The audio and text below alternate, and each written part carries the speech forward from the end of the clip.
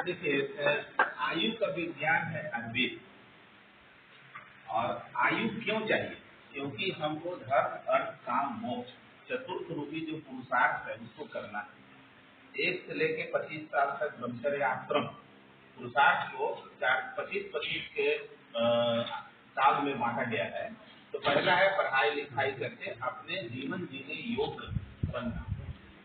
तरह तरह का प्रोफेशन कर सकते हैं, किसान बन सकते हैं, पत्रकार बन सकता है, तो नौकरी सेवा में जा सकता है, कहीं भी कोई जा सकता है। और उसी आधार पर 26 से लेके 50 साल तक गृहस्थ आश्रम, जिसमें पितृऋण चुकाना है, धनोपार्जन करना है, माता पिता का सेवा करना है, बच्चों का लालन पालन करना है।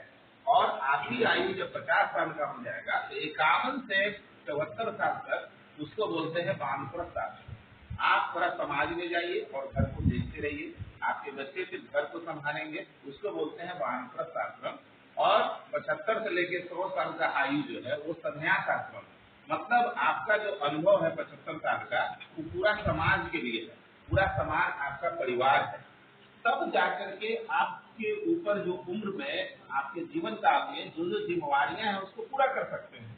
इसी को आयुर्वेद में बहुत अच्छे से बोला गया है कि आयु कमाए माने धर्मार्थ सुख साधनम आयुर्वेदो देशु विधाय परमांतर। प्रत्येक मनुष्य को आयु की कामना होती है क्योंकि वह धर्म, अर्थ, काम, मोक्ष रूपी चतुर्थ पुरुषार्थ को पालन करे। और इसके लिए हमारा आहार विहार, दिनचर्या, रात्रिचर्या, ऋतुचर्या, खान पान, रहन सहन, इसका समुचित उपदेश जो है आयुर्वेद में है। अब इसका समुचित उपदेश जो आयुर्वेद में है उसमें 2 काम है। एक काम है अपने स्वास्थ्य जैसा हमको मिला है उसकी रक्षा करें ताकि हम स्वस्थ रहें। स्वस्थ रहने के लिए भी योगा करना है, प्राणायाम करना है, व्यायाम करना है, खान पान शुद्ध ढंग से करना है, इस प्रक्रिया को करना है। आप निखल्ले खुल्लम खुल्ला जीवन जिएगा, अपने मन के अनुसार अनुशासित जीवन नहीं जी अगर जीते हैं तो आप स्वस्थ नहीं रहिएगा। एक परंपरा के अनुसार पर्व त्योहार के माध्यम से, रीति रिवाज के माध्यम से, भौगोलिक स्थिति के माध्यम से, जहाँ आप रहते हैं वहाँ के हिसाब से, सूरज चंद्रमा की गति के हिसाब से आपका नियम है। जैसे अभी हम लोग पंखा चला के रह रहे हैं, अभी 2 महीना पहले हम लोग स्वेटर पहन के रह रहे थे, हम कमरे में रह रहे थे। तो ये क्या है? प्रकृति के अनुसार रहना चाहिए, तब जाकर के हम स्वस्थ रहेंगे। उसका भी नियम कानून है। उसके बाद आप अगर बीमार पड़ते हैं तो औषधि सेवन करके आप सबके लाइफ में आइएगा, तभी आप पुरुषार्थ कर सकते हैं। किसी भी कीमत पर, दुर्घटना के अलावा किसी भी कीमत पर आपकी अकाल मृत्यु नहीं होनी चाहिए। अगर अकाल मृत्यु हुआ 70 साल में, 75 साल में, 60 साल में, 40 साल में, तो मतलब है बीमारी से रोगग्रस्त होकर के हो जाएंगे, खान पान के अभाव में, जानकारी नहीं होने के अभाव में, बीमारी पड़ने के चलते, तो आप अपने जीवन का मकसद पूरा नहीं कर सकते। पारिवारिक दायित्व आपके ऊपर है, सामाजिक दायित्व आपके ऊपर है और देश का भी दायित्व है। अभी जो हम लोग यहाँ बैठे हुए हैं एक सामाजिक दायित्व के नाते हम लोग बैठे हुए हैं। देश के धरोहर के लिए, आने वाले पीढ़ी के बारे में चिंता करने के लिए हम लोग इतने सारे लोग यहाँ पर बैठे हुए हैं। तो स्वस्थ रहना मूलभूत अधिकार है। अब जीवेद शरदम शतम, 1 से लेके 100 साल तक का हमारा जीवन है। 1 साल, 2 साल, 3 साल, 4 साल, 5 साल, ऐसे करके हम 100 साल तक जाएंगे। तो 1 से 10 साल में आपके जो बच्चे हैं उनकी चंचलता खत्म हो जाती है। 10 से 20 साल में वृद्धि रुक जाता है, शरीर का वृद्धि रुक जाता है। जब आप 20 से 30 साल का होते हैं तो शरीर का जवानी, रूप, यौवन जो है बहुत कमी होने लगता है। इसलिए शादी विवाह में लड़का लड़की जब देखने जाते हैं तो 35 साल का, 34 साल का, 32 साल का लड़की या लड़का को देखते हैं दमाद के रूप में या बहू के रूप में बनाने के लिए, आप कहते हैं बड़ा एजेड लड़का है, बहुत एजेड, तो पकड़ लेते हैं। ये परंपरा कहीं ना कहीं तो 30 साल में रूप यौवन कम हो जाता है, 40 साल में मेधा शक्ति कम हो जाता है, थोड़ा थोड़ा फूलने का हो जाता है, प्रकृति का नियम है। 50 साल में आपको चेहरे पे झुर्री लगने लगे, 60 साल में नेत्र की शक्ति कम हो जाए, 70 साल में शुक्र कम हो जाता है, 80 साल में विक्रम कम हो जाता है। विक्रम क्या है?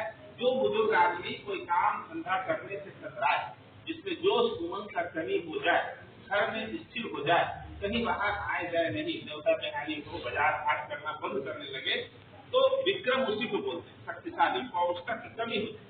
विक्रम 80 साल में हो सकता है, 90 साल में आपका ज्ञानेंद्रिय जो है, सेंस ऑर्गन की कमी होती है, और 100 साल में प्राणांत होता है, प्राण निकल जाता है। तो ये जो क्षय है, ये उम्र का क्षय है। तो इस क्षय को रोकने के लिए आपको बहुत सारे नियम कानून है, वो स्वस्थ रखने के लिए।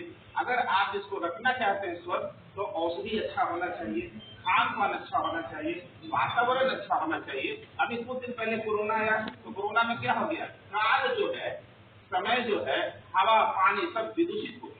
नहीं, हम लोग मास्क लगा के रह रहे थे, खुले हवा में रह रहे थे, गमला खरीद रहे थे, ऑक्सीजन जल्दी मिले, ऑक्सीजन ना दे रहे थे। तो इसका कारण क्या था?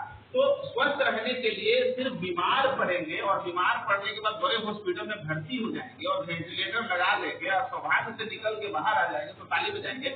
ऐसा स्वास्थ्य नहीं चाहिए। हमको स्वास्थ्य चलते फिरते खाते पीते अपना काम धंधा करते हुए स्वस्थ चाहिए, जिसमें कि अपने माननीय योगाचार्य जी अखिलेशानंद जी बताए कि योग सबसे अच्छा है, ये मुफ्त का चीज है। तो आपको भिन्न भिन्न बिंदुओं पर सोचना पड़ेगा। आप एक चीज जान जाइए कि जो गंगा नदी के किनारे हम लोगों का आवास है, हम लोग निवासी हैं, बहुत सौभाग्य की बात है। और गंगा नदी में बैक्टीरियोफाज माने वायरस जब जाता है तो वहाँ पर बैक्टीरिया उसको निगल लेती है ना, वो पानी निःशुद्ध रहता है और उसको हम गंदा कर दिए। गंदा करने का परिणाम अपने आचार्य जी से सुन लिए, वैज्ञानिक जो है जिनसे हम लोग प्रगति जी से सुने हैं। तो किसी भी कीमत पर हमारे द्वारा कोई स्वस्थ रहने में भूल ना हो, हमारे द्वारा समाज में अस्वस्थता का वातावरण नहीं फैले, हमारा आने वाले पीढ़ी अस्वस्थ न हो, इसके लिए आयुर्वेद का बड़ा महत्व है। इसलिए आयुर्वेद में बोला गया, कोई साधु सन्यासी जब आशीर्वाद देते हैं तो बोलते हैं कि योग क्षेम कुशल रहिए। योग क्या है? जो वस्तु नहीं है उसको प्राप्त करना ही योग है, और जो है उसकी रक्षा करना क्षेम है। तो योग क्षेम मतलब हो गया कि आप अपने स्वास्थ्य की रक्षा कीजिए और स्वास्थ्य की रक्षा करने के लिए जो मूलभूत बातें हैं उसको पालन कीजिए, और अस्वस्थ होते हैं तो दूर हो जाए। बड़ा बड़ा पैसा खर्चा करने से ज्यादा अच्छा है कि छोटे छोटे उपाय करके लोग स्वस्थ हो, अपना खाना पीना आहार विहार ऋतु दिनचर्या के बारे में जानकारी प्राप्त करें। आज बहुत हम लोग अच्छे संगोष्ठी में भाग लिए हैं, आने वाले पीढ़ी के बारे में हम लोग को जानकारी हुआ, हम लोग बीमार नहीं पड़ेंगे, है ना। इसके लिए दूसरा बात देखिए, मकर संक्रांति से मकर संक्रांति तक का जो पूरा त्योहार है, हम लोग परंपरा से दूर होते जा रहे हैं। दही चूड़ा खाने का त्योहार, तिल गुड़ खाने का त्योहार छठ के बाद होता है। इसमें हम लोग तिल गुड़ खाते हैं और कैल्शियम मिलता है, मजबूत हो जाते हैं। दही भी खाते हैं, जैसे तंदूरी रोटी बनता है ना तो आग बीच में रहता है, उसमें तंदूरी रोटी से खाता है, उसी तरह से आग हमारे पेट में आ जाता है तो हम दही भी पचाते हैं। इसे दही खाने का चूड़ा खाने खा के मस्त रात में खिचड़ी खाइए। उसी तरह से मक्खो बैर खाने का बसंत पंचमी और शिवरात्रि का त्योहार है। होली में खंगड़ी और जो गेहूं का बाली है उसका रहा बना के आलू बना के खाने का त्योहार है। उसके बाद सतुआनी आएगा तो सतुआनी में सत्तू गुड़ और टिकोला खाने का व्यवहार है। उसके बाद आम का इमली का शरबत पीजिए, सब तरह का शरबत पीजिए, ठंडा चीज पीजिए, कद्दू खीरा ककड़ी खाइए। उसके बाद गुरु पूर्णिमा के दिन जो है, उसके बाद जन्माष्टमी आएगा, गुरु पूर्णिमा और चंद्रमा का प्रभाव धरती पर हो जाएगा। अभी सूरज का प्रभाव चल रहा है, दक्षिणायन से उत्तरायण की ओर सूरज चल रहा है, धरती पर गर्मी बढ़ेगा और हम लोग खाली जीवित रह पाएंगे, हम लोग ताकतवर नहीं बन सकते। ताकतवर बनेंगे चंद्रमा के काल, और चंद्रमा का काल गुरु पूर्णिमा से लेके मकर संक्रांति तक का रहेगा, है ना। इसलिए वातावरण में शीत गिरने लगता है तो तरह तरह का मीठा फल आने लगता है, सेब है, अमरूद है, मक्खो है, इसके बाद आपका ये नाशपाती है, शरीफा है, तरह तरह का आएगा। और उसी का एडवांस रूप हमारे यहाँ क्या है, छठ। छठ में क्या होता है, नदी का पानी भौमिक हो जाता है, जमीन से उसका स्वरूप हो जाता है। दिन में गर्मी, रात में ठंडा, ठंडा गरम होते होते आशिम के मास में, क्वार मास में, जिसको बोलते हैं कि मोची लोग जो है उसमें चमड़ा भी सुखाते हैं। चमड़ा जो है ऐसी नहीं होता है, मुड़ता नहीं है, उसमें आशिम का गर्मी में, क्वार मास में आशिम का गर्मी बोलते हैं, है ना। और जितिया से शुरू होता है, और जितिया में देखिए तो लोरी का साग है, पोए का पत्ता है, मड़ुआ है, कंद है, गंदा है, ये सब हम लोग खाते हैं। दिवाली में गंदा खाते हैं। तो ये एक साल के लिए इम्यूनिटी बूस्टर ये पर्व त्योहार है, उसमें जो प्रयोग होने वाला चीज है उसको हम लोग खाना है। और गंगा स्नान और छठ बिहार के लिए और गंगा नदी के किनारे वालों के लिए बहुत सौभाग्यशाली पर्व त्योहार है। और ये जो पर्व त्योहार है, आप बाजार में पूरे बच्चों को घुमा दीजिए, जो मार्केट लगेगा छठ का समय देखिएगा तो खुश हो जाएगा। उसको वीडियो बना के भेज दिया जाए तो लाइक ही लाइक मिलता है। हर तरह का पर्व त्योहार साग सब्जी उस समय उपलब्ध हो जाता है। और दिन में नदी जो है गर्म हो जाता है, रात में ठंडा हो जाता है। ठंडा गरम होते होते पानी एकदम पक जाता है, शुद्ध हो जाता है, वो अमृत तुल्य पानी हो जाता है। और उसी को सेवन करने के लिए छठ का त्योहार है, फल साग सब्जी के साथ। और साथ में गंगा स्नान का त्योहार होता है। दिवाली में मीठा चीज खाना है, शरद पूर्णिमा में खीर बना के और ओस में छोड़ देना है और उससे हमको पित्त का संबंध होता है। तो हमको परंपरा से दूर नहीं होना है। बुजुर्ग लोग जो बना के चले गए हैं उतने बड़े आज हम साइंटिस्ट नहीं है। जैसा कि माननीय साइंटिस्ट जी ने कहा कि हमारा ही चीज तो विदेश वाले चुरा के ले गए और वहां से बना के भेज दिए। पर्व त्योहार को नहीं ना बना के भेज सकता है, या पर्व त्योहार में प्रयोग होने वाला वस्तु को नहीं ना बना के भेजेगा। तो इससे हम लोगों को आस्था जगाना चाहिए और ये स्वस्थ रहने के लिए पर्व त्योहार है, इससे हम लोग को दूर नहीं जाना चाहिए। जो भी पर्व त्योहार में खाने पीने का चीज है उसको 10 दिन पहले से 10 दिन बाद तक हमको सेवन करना चाहिए। और छठ में देखिए पीतल के बर्तन में खरना होता है। क्यों होता है? क्योंकि उस समय दुर्घटना मौसम होता है, एक मौसम जाता है, एक मौसम आ रहा है, उस समय वायरल इन्फेक्शन बहुत ज्यादा होता है, डॉक्टर सीजन हो जाता है। इसलिए पीतल के बर्तन में जब खाना खाते हैं तो हमारा जो है वायरस भागता है, इम्यूनिटी बढ़ता है ना। तो इसलिए सब पर्व का वैज्ञानिक कारण है, जो सब जो छुपा हुआ है सब लोग खोजेंगे, आपको तक पहुंचाएंगे। क्योंकि अभी हम लोग अपने धर्म के प्रति, अपने स्वास्थ्य के प्रति जागरूक नहीं थे। जागरूक थे भी तो विदेशों के प्रति, विदेश के क्रियाकलाप के प्रति जागरूक थे। इनसे पहनावा भी चेंज हो गया। आज बेटी बहू का पहनावा देखिए चेंज हो गया है। तो इन सबों को फिर पटरी पर लाने का दायित्व हम ही लोग पर है। हम लोग स्वस्थ रहेंगे, मजबूत रहेंगे और पूरे देश का, पूरे विश्व का गुरु बनेंगे, अपने भारत माता को आगे बढ़ाएंगे। इसी संकल्प के साथ इस सभा में हम लोग बैठेंगे और पूरा नियम कानून का पालन।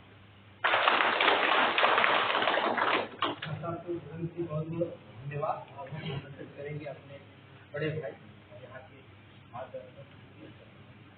राज्य प्रभारी भारत स्वाभिमान, तो आपके उनके उपहार बिंदु से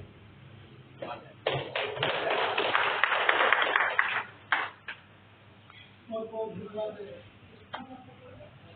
आदरणीय डॉक्टर प्रजापति जी।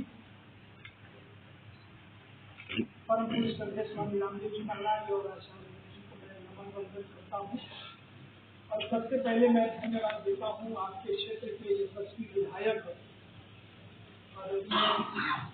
हमारे, जिनके प्रेरणा स्रोत से हम लोग यहाँ बैठ पाए हैं। कल हम लोग मिलने आए थे तो उन्होंने देखिए एक नेता और एक व्यक्ति का व्यक्तित्व कैसा होता है, उन्होंने कहा कि कुछ हमारे लोगों के साथ शेयर कीजिए ताकि जो बात हम समझ रहे हैं अगर वो समझे तो ज्यादा अच्छा है।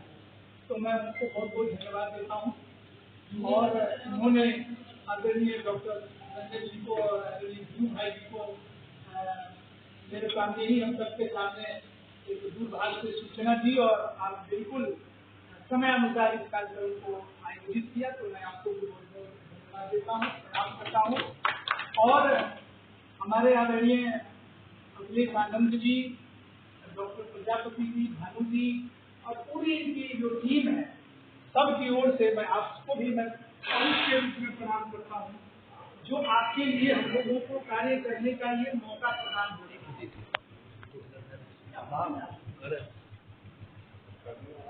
देखिए आप सब साइंटिस्ट हैं, आप डॉक्टर हैं, आप उधर गुप्ता जी डॉक्टर हैं, बहुत सारी बातें आप कह रहे थे, मैं बहुत ध्यान से ग्रहण कर रहा था।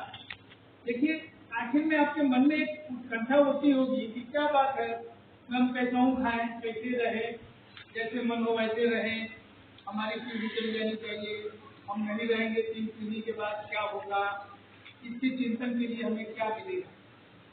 देखिए बात तो पीढ़ियों की नहीं है, बात विरासत की है। शायद अगर ये कल्पना हमारे पूर्वज किए होते 100 साल 200 साल पहले, तो हम लोग की आकृति और इतनी खूबसूरत धरती हम लोग को नहीं मिलती। अगर हमारे स्वतंत्रता सेनानी ये कल्पना किए होते, भगत सिंह ये सोचे होते, सुभाष चंद्र ये सोचे होते, दोनों अंग्रेज है उससे क्या मतलब, तो आज हमको देश की आजादी का ये स्वरूप हमको नहीं मिला। तो ये जरूरी है कि हमें आने वाली पीढ़ी की तो बात की बात है, पहले स्वयं हम इसका भोग कर सकते हैं। जैसे मैं छोटे उदाहरण के साथ कहना चाहता हूँ, जैसे दूध है आपके घर में, आप मेरे को ये बताइए दूध की आयु कितनी? अगर आपके घर में दूध आ गया अगर या आपने गाय से दूध प्राप्त कर लिया तो दूध की आयु कितनी? 12 घंटा। ठंडा है तो 24 घंटा। उसके बाद दूध फट जाएगा, लेकिन उसी दूध को दही बना, उसी दूध में थोड़ा दही डाल के आयु कितनी हो जाएगी? दही की आयु कितनी हो जाएगी? 3-4 दिन मजे में, 3 दिन। अगर उसी दही का खाली निकाल करके मक्खन बनाए तो कितनी चल जाएगा? महीने तक भी चल सकता है अगर ढंग से उसका रख रखा हो। उसी मक्खन का घी निकाल तो कितनी सालों भर। लोग तो कहते हैं कि 10 साल 20 साल का घी पहले कप होने के बाद लोग सीने में लगाकर 500 कप से सेक देते थे तो कप खराब हो जाता है। यानी छोटी सी बात है, उसी दूध को केवल यहाँ प्रयोग करके हमने वर्षों जीने के लायक बना दिया।